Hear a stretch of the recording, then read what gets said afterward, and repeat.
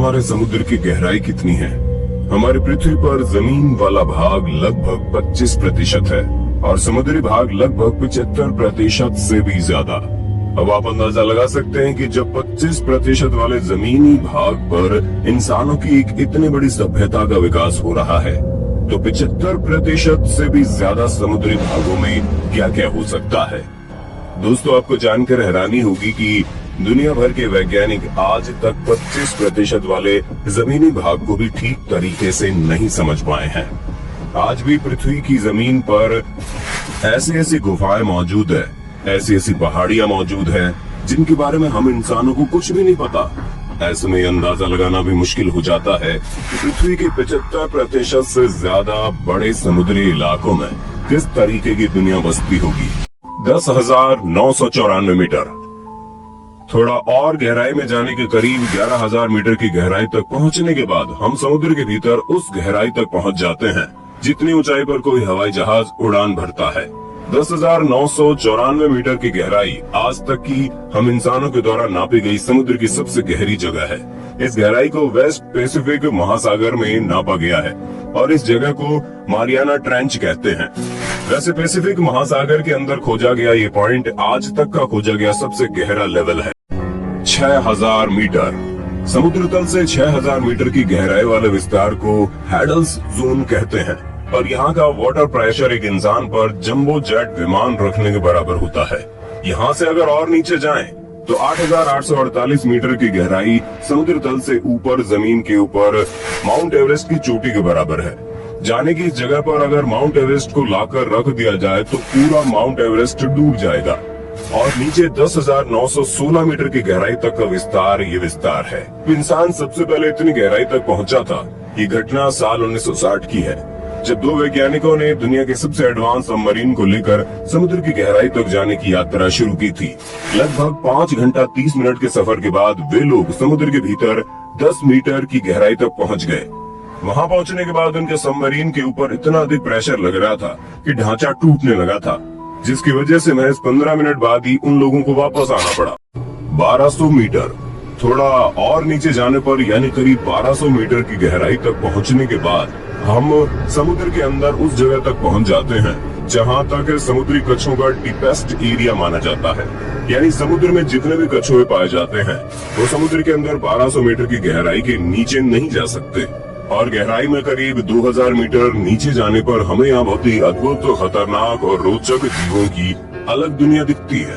लेकिन आपको जानने की जरूरत है कि इतनी गहराई तक जाने के बाद आप अंदर की चीजों को तभी देख सकते हैं जब आपके पास एक हाई क्वालिटी का टॉर्च मौजूद हो, क्योंकि जैसे हम 1000 मीटर की गहराई को पार करते हैं उसके बाद समुद्र के भीतर सिर्फ और सिर्फ अंधेरा ही होता है। वहाँ तक सूर्य की रोशनी नहीं पहुँच पाती। लेकिन यहाँ पर पाई जाने वाली एंगलर फिश समुद्र की गहराइयों में पाई जाने वाली एक ऐसी मछली है जिसे कुदरत ने पहले से एक टॉर्च दे रखा है।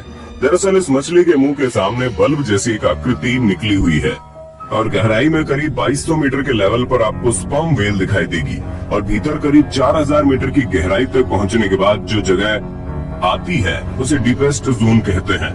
और यहाँ पर वाटर प्रेशर आपके ऊपर किसी रेलवे इंजन के गुजरने के बराबर होगा और ज्यादा नीचे 4200 मीटर का डीप लेवल दुनिया के लगभग आम महासागर का एवरेज डीप लेवल है। लेकिन दुनिया के कई महासागर इससे भी ज्यादा गहरे। 130 मीटर। मानकर चलिए कि आपने परमिशन ले ली और अब आप समुद्र के भीतर 830 मीटर की गहराई तक पहुंच जाते हैं। आपको बता दें, अब आप समुद्र के भीतर इतनी गहराई पर जा चुके हैं जहां तक दुनिया की सबसे ऊंची बिल्डिंग बुर्ज खलीफा को पूरी तरह से डुबो दिया जाएगा। यहाँ से नीचे जाने पर करीब 1000 की मीटर की गहराई में जो विस्तार हमें मिलेगा ये महासागरों का स्कैरी जोन कहलाता है, यानी कि डरावना जोन।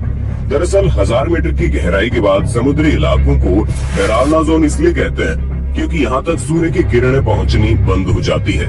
यानी अगर आप दिन के उजाले में समुद्र में 1000 मीटर की गहराई तक जाते हैं तो वहाँ पर आपको सब कुछ अंधेरा ही अंधेरा दिखाई देगा। समुद्र के इस गहराई में जो जीव जंतु पाए जाते हैं उनकी एक अलग ही दुनिया होती है। आपको जानकर हैरानी होगी कि समुद्र में इतनी गहराई तक पहुंचने के बाद आपके फेफड़े पर जो दबाव पड़ता है वो उतना ही होता है जितना कि आपके ऊपर एक भारी भरकम ट्रक गुजरने के बाद अनुभव होगा। और इस लेवल पर बिना किसी खास इक्विपमेंट के अगर कोई इंसान जाने की कोशिश करता है तो जाने से पहले उसकी मौत हो जाए। 700 मीटर। जैसे कि हम कुछ मीटर और नीचे जाते हैं, यानी कि करीब 700 मीटर की गहराई तक, यहाँ पर हमारा सामना दुनिया के सबसे खतरनाक पनडुब्बियों से होता है।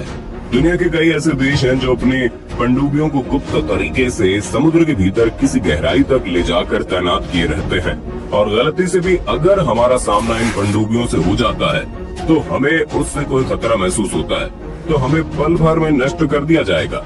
यही वजह है कि जो समुद्र के भीतर 700 मीटर की गहराई तक जाने के लिए हमें परमिशन लेने की जरूरत पड़ती है, क्योंकि इतनी गहराई में दुनिया के विकसित और पावरफुल देशों ने अपनी आधुनिक न्यूक्लियर सबमरीन जगह जगह पर तैनात कर रखी है।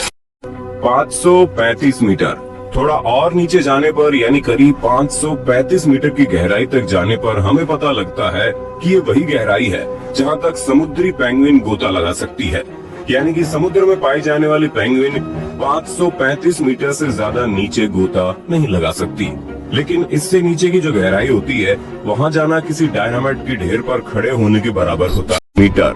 मानकर चलिए आपने अपने शरीर को एक खास इक्विपमेंट के साथ जोड़ दिया, आपने एक ऑक्सीजन टैंक ले लिया और अब आप समुद्र के भीतर 450 मीटर की गहराई तक पहुंच जाते हैं।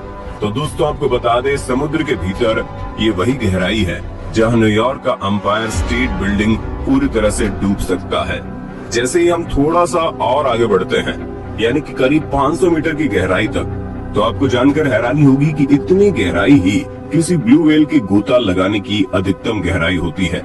यानी कि दुनिया की सबसे बड़ी मछली ब्लू व्हेल समुद्र के भीतर सिर्फ और सिर्फ 500 मीटर की गहराई तक ही जा सकती है।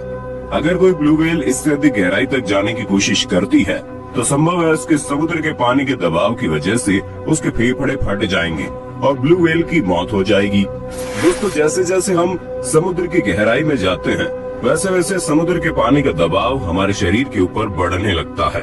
आपको जानकर हैरानी होगी कि समुद्र के भीतर 500 मीटर की गहराई तक पहुंचने के बाद आपके फेफड़ों के ऊपर उतना ही दबाव पड़ रहा होता है जितना अगर आपके ऊपर एक कार चढ़ा दी जाए। मीटर। जैसे कोई इंसान समुद्र में डुबकी लगाता है तो बिना किसी खास इक्विपमेंट के महज 40 मीटर अंदर तक जा सकता है, क्योंकि उसके नीचे बढ़ने पर समुद्र के पानी की वजह से दबाव इतना ज्यादा बढ़ने लगता है कि इंसान की धड़कन ठीक तरीके से काम नहीं कर पाती। और यही 40 मीटर के बाद शुरू होती है समुद्र की असली दुनिया। दुनिया भर के जितने भी स्कूबा डाइवर्स या फिर समुद्र में मजे लेने के लिए जाते हैं, वो इतनी गहराई तक जा पाते हैं। हालांकि कुछ गोताखोर ऐसे भी हैं जो बिना किसी खास इक्विपमेंट्स के 200 से 300 मीटर की गहराई तक चले गए थे, जिनमें से कुछ गोताखोरों की तो जान भी चली गई।